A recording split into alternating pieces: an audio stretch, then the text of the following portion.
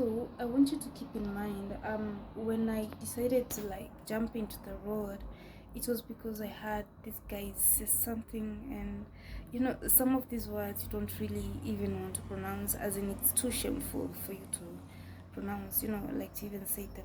So they said these,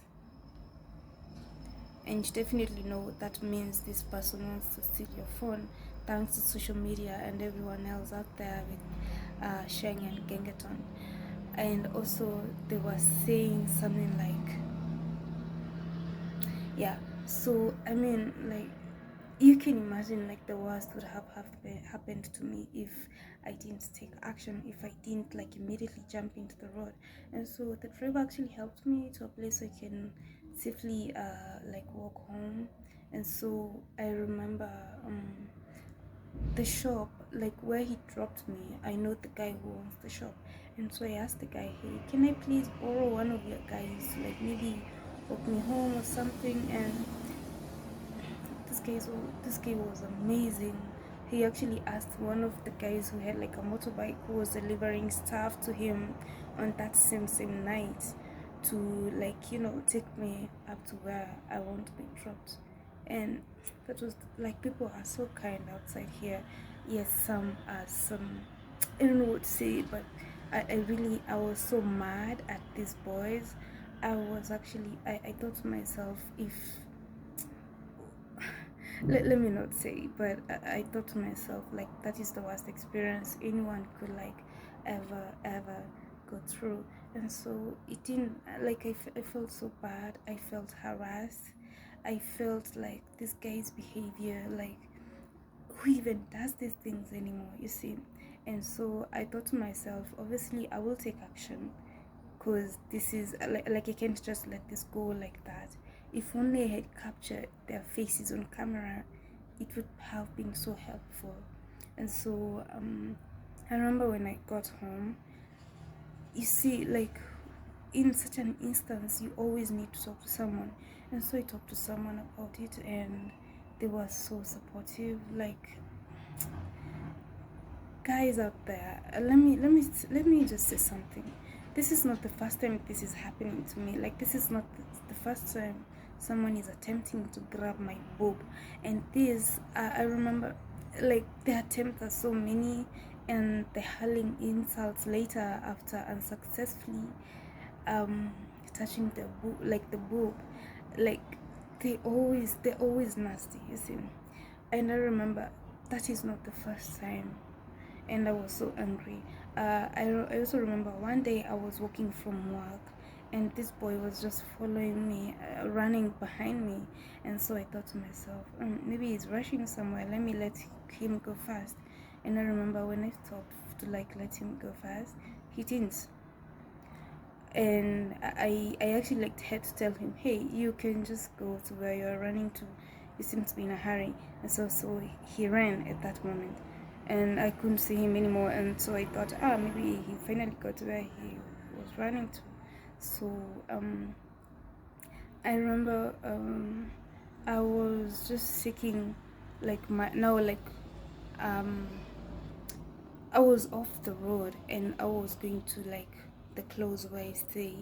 And I remember that's when I saw this guy again. And so I had to, like, he was as well running behind my back, like running behind me. And I couldn't really like understand where he came from. I thought maybe it was somehow his twin. And so I remember he came on to me, like I just didn't bother anymore. And so like I let him pass. And I remember as he was passing, I was just being respectful, because it's what you do for people who are in a hurry. And so I remember I let him pass. But I remember this guy, he was way too young. He actually spanked me. And I remember I dropped everything I had.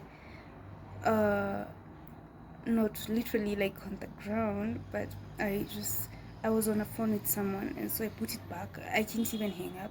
And so I ran after him, and I wanted to like just catch him and have him disciplined or something.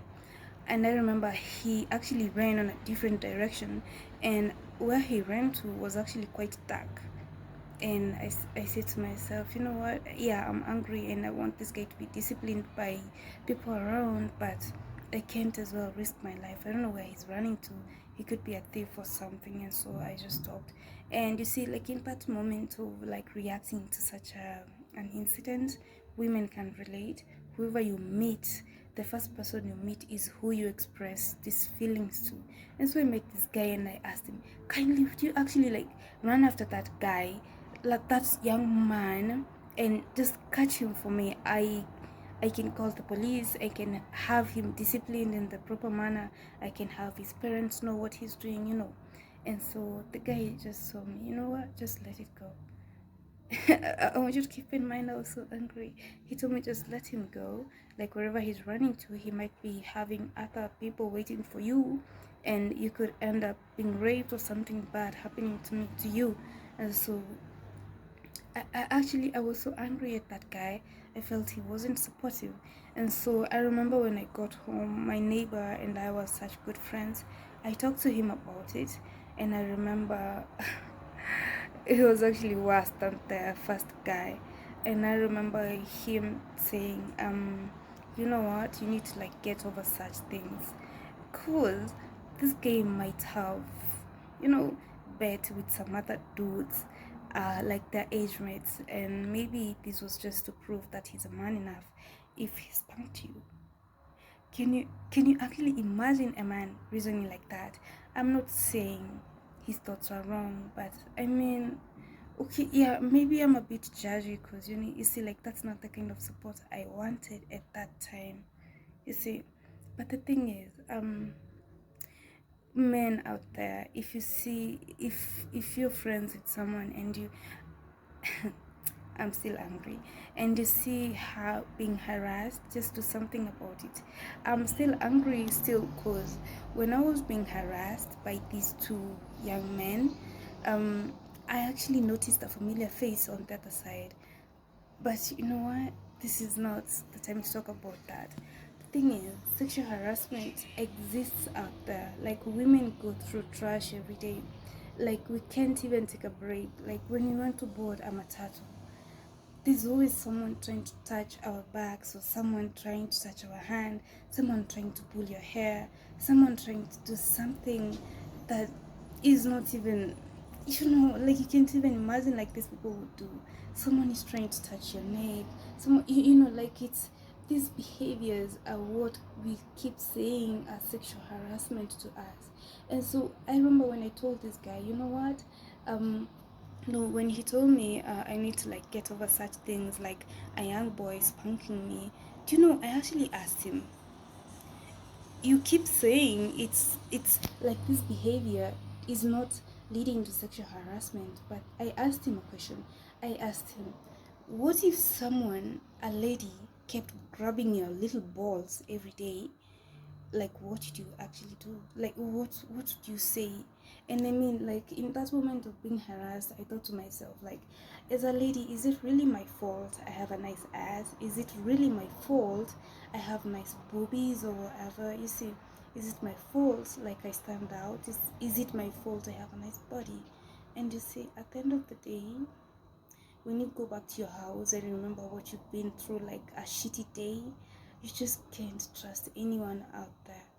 And I mean, like in my case, I saw a familiar face, and this person is actually in my contact list.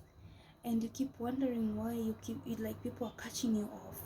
You see, I never meant to cut anyone off, but for that specific person I saw on the other side of the road, and the person actually has the guts to actually call me and ask me how I'm doing, and I could only think, and okay, was like this person working with this young man or something. So I am really really angry, but you know what, I actually prayed to God about it, and I prayed for these young men. I prayed to God and I asked him, you know what, just touch their souls. Like their battles, you don't fight for yourself.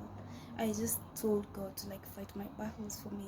Like I couldn't take it with this young man. And so that was my experience. Like that was my nightmare for the New Year's Eve. But I hope you guys had a blast. I hope you have an amazing 2022. So let's keep it locked, keep it in your Laddies. See ya.